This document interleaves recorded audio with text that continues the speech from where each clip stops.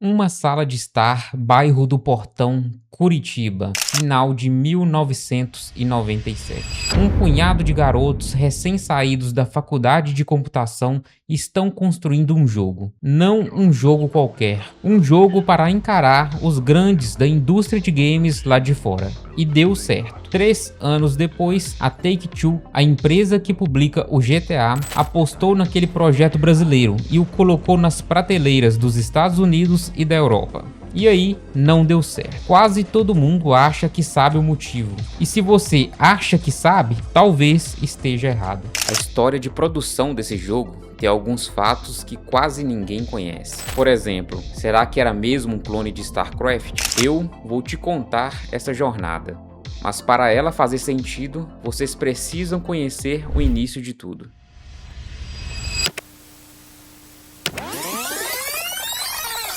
Brasil, 1998. A indústria de games aqui, naquela época, era quase uma expressão vazia. Investidor para bancar o jogo? Não tinha. Publish grande? Não tinha. Alguém com experiência para dizer se aquilo era possível?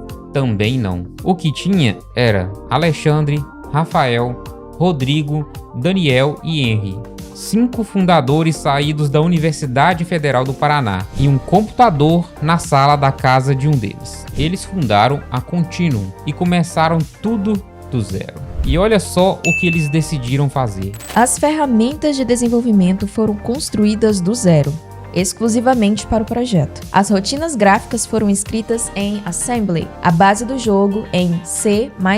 Traduzindo, eles não partiram de nenhuma ferramenta pronta, construíram a ferramenta e o jogo ao mesmo tempo. Escreveram parte do projeto numa linguagem que conversa quase direto com um processador. Tudo para arrancar desempenho de PCs que hoje seriam mais fracos que o seu celular. E as gambiarras eram do tamanho da ambição. Não tinha grana para o dublador, então Alexandre, líder do projeto, dublou os personagens ele mesmo. O Dominador, o lança-chamas, era tudo ele, mudando a própria voz e colocando efeitos para diferenciar os personagens.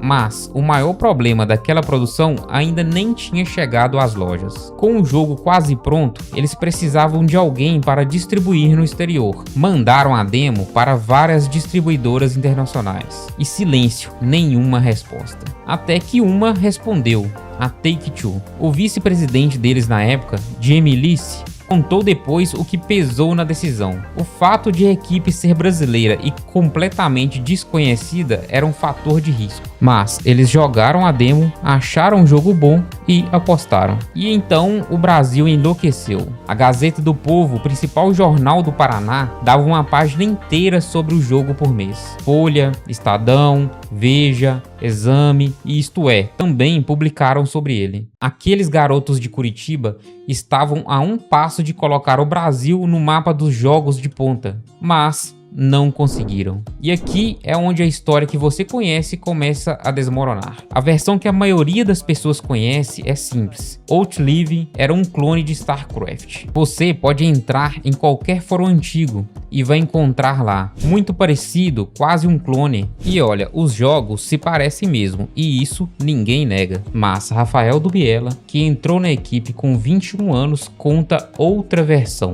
Segundo ele, eles não acompanhavam o desenvolvimento do StarCraft. Eu não tenho como provar isso. Eles também não. É a palavra deles contada 20 anos depois. Então, escuta esta história e decide você. Volta para 1997. Sem a internet que a gente tem hoje, o que os estúdios lá fora estavam fazendo dificilmente chegava até aqui. E segundo eles, a pergunta que guiava o jogo era uma só. E se a gente fizesse um Warcraft ambientado no futuro? Só que do outro lado do mundo, a Blizzard estava construindo exatamente isso. O projeto original da Continuum tinha 3 raças jogáveis. 3, o mesmo número que StarCraft também teria. A equipe de Outlive tiveram que cortar para 2, não por uma decisão criativa. Não havia gente suficiente para desenvolver, equilibrar e finalizar uma terceira facção. StarCraft foi apresentado publicamente na E3 de junho de 1996, com recepção negativa da imprensa. mudança. A Blizzard reformulou o projeto e lançou o jogo em março de 1998. Vendeu mais de 10 milhões de cópias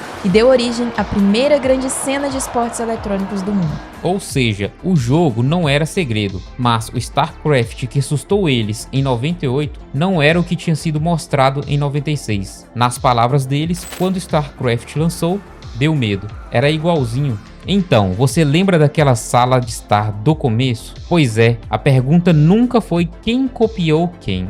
É que aqueles caras tiveram uma ideia do tamanho da Blizzard e tiveram que jogar um terço dela no lixo. Não porque quiseram, mas porque eram apenas 5 fundadores. A Take-Two resolveu publicar mesmo assim. Dezembro de 2000 no Brasil, 2001 no resto do mundo. Prateleira de loja americana, prateleira de loja europeia. Um jogo nascido numa casa em Curitiba ao lado dos maiores títulos do planeta. Só que o mundo já tinha StarCraft há 3 anos. Não é que Outlive fosse ruim. Muitas análises da época e de hoje reconhecem a ambição, a competência técnica e o acabamento. É que ele chegou numa festa onde o convidado de honra já estava lá, e era a Blizzard. E então as vendas decepcionaram. E aqui a história passa de ser sobre um jogo e passa a ser sobre pessoas. O que aconteceu com a equipe que quase colocou o Brasil num mapa de jogos AAA? Eles passaram os anos seguintes tentando negociar financiamento para outro jogo grande. Nenhuma distribuidora aceitou, nenhuma. Para sobreviver, começaram a fazer jogos por encomenda. Entre os títulos produzidos pela Continuum após Outlive estão jogos casuais para a Brasoft e adaptações para a Rede Globo, No Limite, Big Brother Brasil e Xuxa e os Duendes 2. A equipe que escreveu rotinas gráficas em Assembly para competir com a Blizzard estava fazendo o jogo do Big Brother Brasil. E talvez essa seja a parte mais injusta dessa história inteira.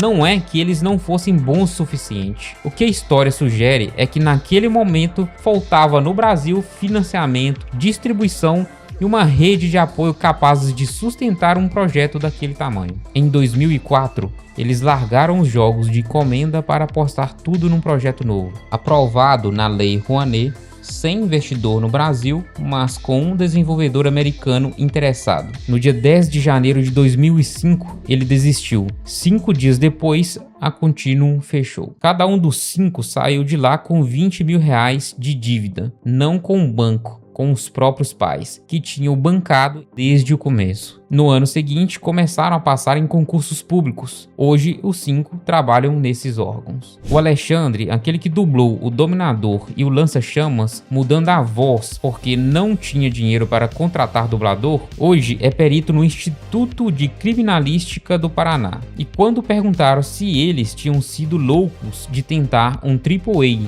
no Brasil em 2000, ele respondeu assim: um pouco loucos? Sim, mas essa história tem um epílogo que eu não esperava encontrar. O código-fonte de Outlive sobreviveu, ficou guardado por 25 anos. Em 2026, o Outlive foi relançado como Outlive 25, publicado pela Nuvem. O remaster foi desenvolvido pela equipe original, com a Continuum Entertainment reativada para o projeto. Parte da equipe original voltou 25 anos depois. E isso me deixa uma pergunta que eu não consigo responder sozinho. Muita gente chamava Outlive de fracasso. Vendeu pouco, a empresa fechou. O Brasil não virou uma potência de jogos. Mas um grupo de garotos recém-saídos da faculdade, sem indústria, com pouco dinheiro e longe do fluxo de informação que existe hoje, chegou, segundo eles, a uma ideia parecida com a de uma das maiores desenvolvedoras do mundo e construiu aquilo a ponto da Take-Two colocar o jogo nas prateleiras dos Estados Unidos. Isso é fracasso? Ou é a prova mais absurda que dava sim